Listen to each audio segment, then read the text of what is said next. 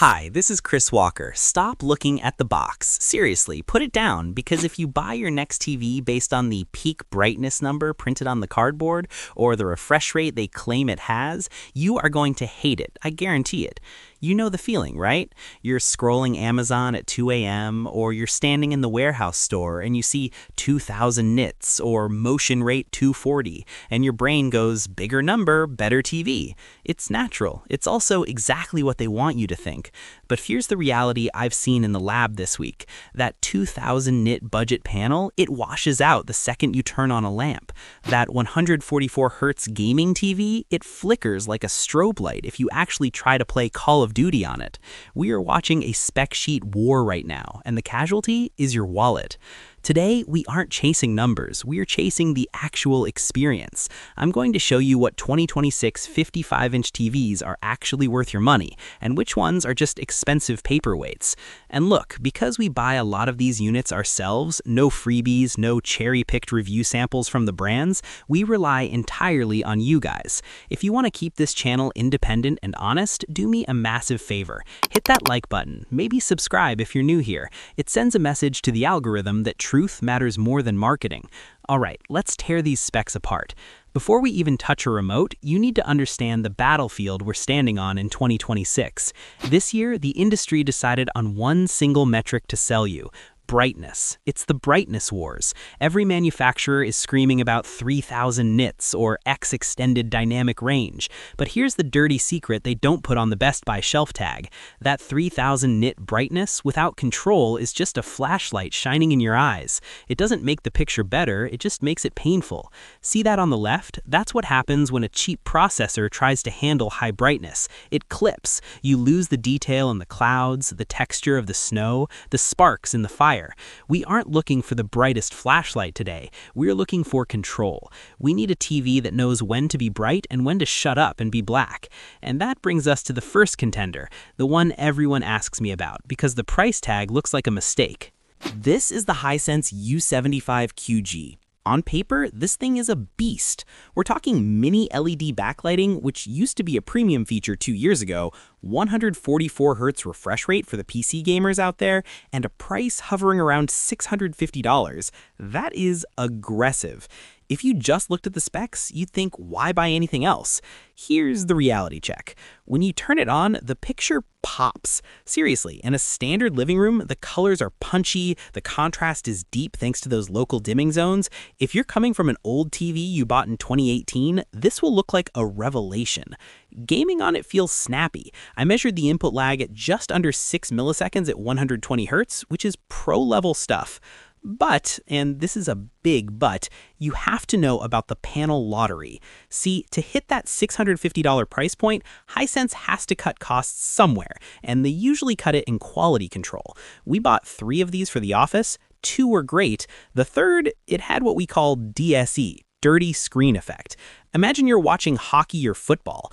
Anytime the camera pans across the white ice or green field, it looks like the screen is smudgy behind the glass. You can't wipe it off. It's permanent. It's not a deal breaker for everyone. My nephew plays Fortnite on this TV and has never noticed it, but if you're a purist, it's going to drive you nuts. Also, the viewing angles are tight. If you have a wide sectional sofa, the person sitting on the far end is going to see a washed out picture. This is a sit-in-the-middle TV. But for $650, it's the value king, warts and all. It's rough around the edges, the plastic feels cheap, but the engine under the hood is powerful. Actually, speaking of what drives you nuts or what you love, I need to ask you guys something real quick.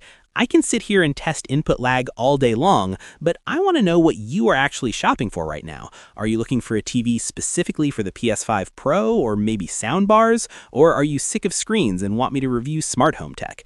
Drop a comment below right now. Seriously, pause the video and type it. I read those to plan the next month of testing, so let me know what you need me to buy next. Alright, let's step it up just a notch. Say you have an extra $100, maybe $750 total. You're looking at the TCL QM7K. Now, historically, TCL and Hisense are the two boxers in the budget ring, punching each other in the face every year. But this year, TCL brought brass knuckles. The QM7K is pushing 1,500 nits in our tests. That is intense. In a dark room, it might actually make you squint if you leave it on vivid mode, which please don't ever do. But the real story here isn't the brightness, it's the brain. This runs on Google TV, and compared to the Hisense implementation, the TCL just feels smoother. It's snappier, apps load faster. It doesn't feel like it's struggling to keep up with your remote clicks. However, don't think it's perfect. The color calibration out of the box leans very blue. Everyone looks a little bit like a Smurf until you go into the settings and switch to movie or IMAX mode. And while the local dimming is better than the Hisense, it can be a bit aggressive. Sometimes it dims too much, crushing the details in the shadows because it's trying so hard to show you how black it can get. It's like a bodybuilder who can't put his arms down. Impressive, but not always natural. So between the two, if every dollar counts, the Hisense is the gamer's choice. But if you watch a lot of movies and you want an interface that doesn't want you to throw the remote through the wall, the TCL is worth the extra cash. It feels less like a budget TV and more like a flagship from 3 years ago. But let's be honest, not everyone watches TV in a Batcave. You have windows. You have a living room that gets blasted by the sun at 2 p.m. during the football game. And for you, an OLED, which we usually say is the best picture, might actually be a disaster. Because OLEDs, for all their magic, are essentially glass mirrors.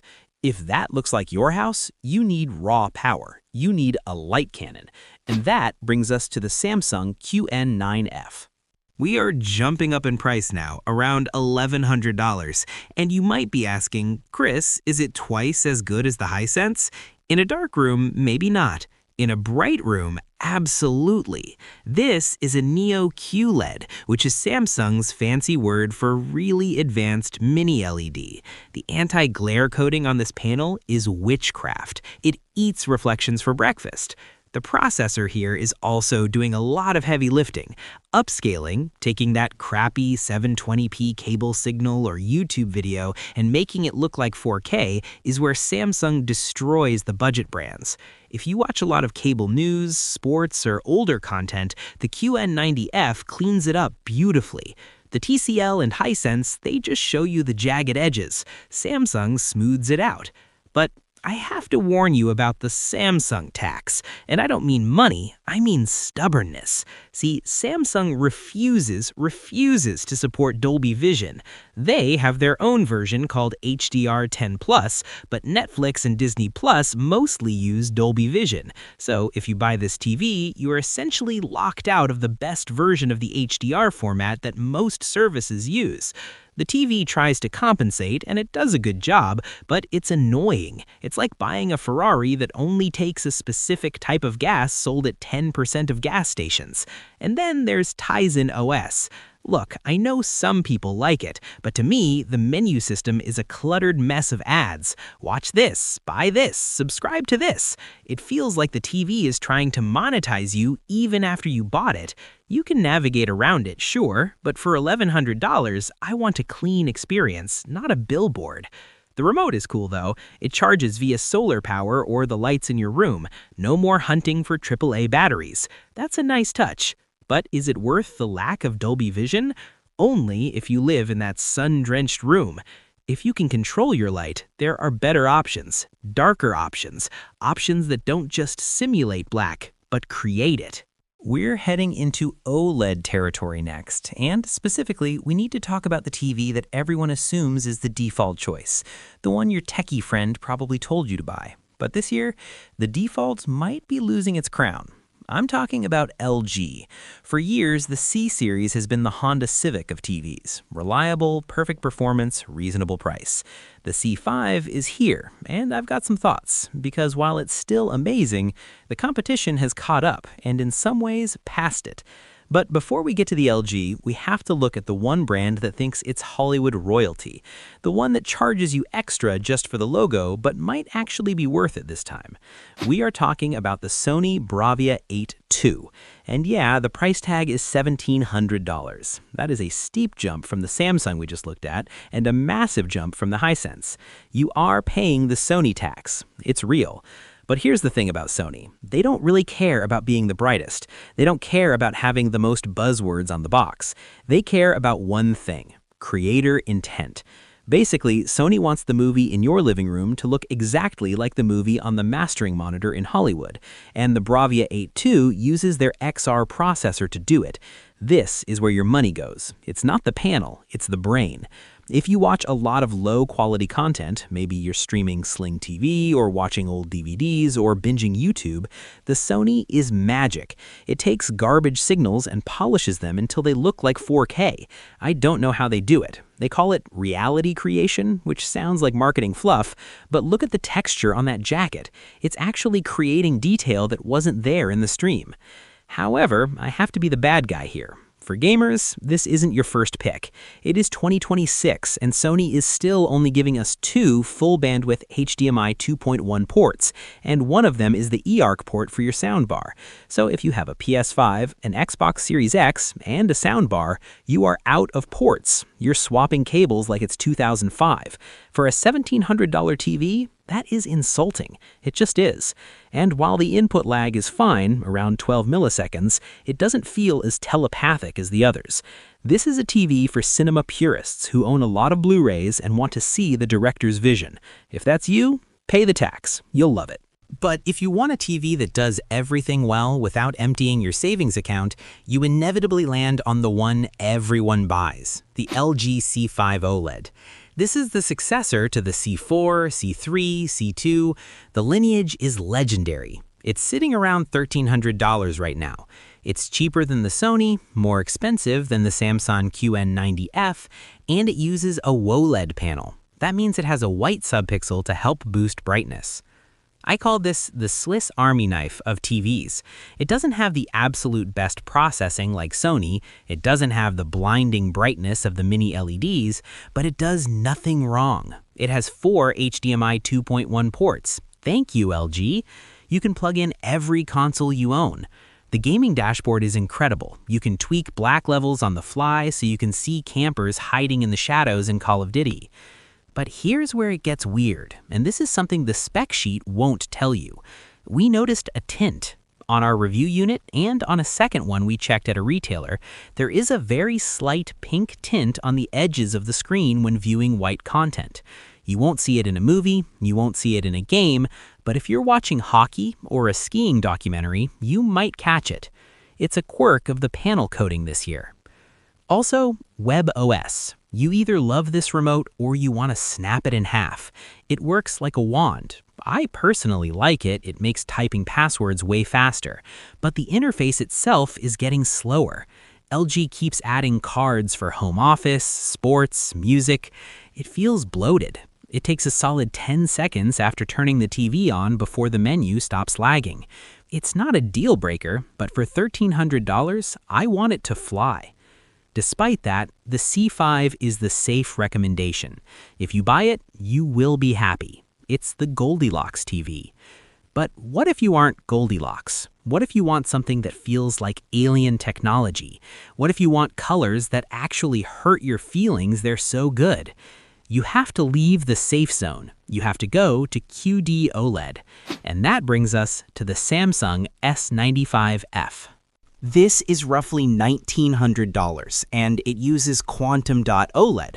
Unlike the LG, which uses a white light filtered through colors, this uses blue OLEDs to excite quantum dots. The result? Pure, unadulterated color volume. Look at the red. On the LG, a bright red sports car looks red. On the Samsung S95F, it looks like it's glowing. In HDR, when you have bright highlights, the LG loses some color saturation. The Samsung keeps it fully saturated right up to the peak brightness. It is arguably the best picture quality you can buy for under $2,000. But Samsung made a controversial choice this year. They went with a matte finish again, and this is polarizing. In a room with lights on, this is amazing. It kills the mirror effect. But because it lacks that glossy glass finish, the blacks can look slightly raised, almost dark gray if light hits the screen directly. It loses that infinite contrast look during the day. And then there's the build quality. I'm going to show you something that stresses me out. It is too thin. I was genuinely terrified I was going to snap it just taking it out of the box. If you have kids or a rowdy dog or move apartments a lot, this TV feels fragile. It's a stunning piece of glass, but it feels like it's made of anxiety. So where are we? We have the reliable LG C5, the cinematic Sony, and the hot rod S95F. But there is one more tier, the money is no object tier, the tier where we try to combine the brightness of mini LED with the blacks of OLED. We need to talk about MLA, micro lens array, the LG G5 Evo. This is the TV that LG claims ends the brightness war. It's $2,200 for the 55-inch. It uses billions of tiny lenses to focus the OLED light toward your eyes, boosting brightness without burning out the pixels. It is spectacular. It holds its own against the Samsung QM7K in brightness, but it keeps the perfect blacks. It's the endgame TV, but it doesn't come with a stand.